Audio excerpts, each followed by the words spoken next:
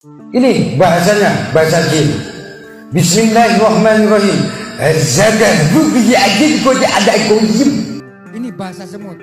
Bismillahirrahmanirrahim. Asyukur innaka yama kariyama gufron akihi innaka yama atariyama firma Allah. Sosok pria yang satu ini bernama Mamam Gufron mendadak viral dan membuat heboh warganet di media sosial. Ia mengaku dirinya kiai atau ulama ini mengaku memiliki sejumlah kemampuan di luar nalar. Dari video yang banyak beredar di media sosial, ia mengklaim bisa berbicara dengan semut dan jin. Tentu saja hal ini mengundang polemik sebab kemampuan berbicara dengan semut dan jin adalah mukjizat yang diberikan Allah Subhanahu wa taala kepada Nabi Sulaiman. Nama Gufron mengaku bernama Muhammad Abdul Gufron Al-Bantani Asy-Syafi'i. Nama aslinya adalah Iyus Sugriman. Pria kelahiran 25 Desember 1963 ini mengklaim keturunan ulama terkenal Syekh Nawawi Al-Bantani. Klaim sepihak Mama Gufron ini dibantah Kim Majazi Banten sebagai cicit dari Syekh Nawawi Al-Bantani. Menurutnya, Mama Gufron bukanlah keturunan Syekh Nawawi Al-Bantani. Dalam ilmu agama, ia berguru kepada Ki Hasan Amin yang lebih dikenal dengan sebutan Abuya Armin.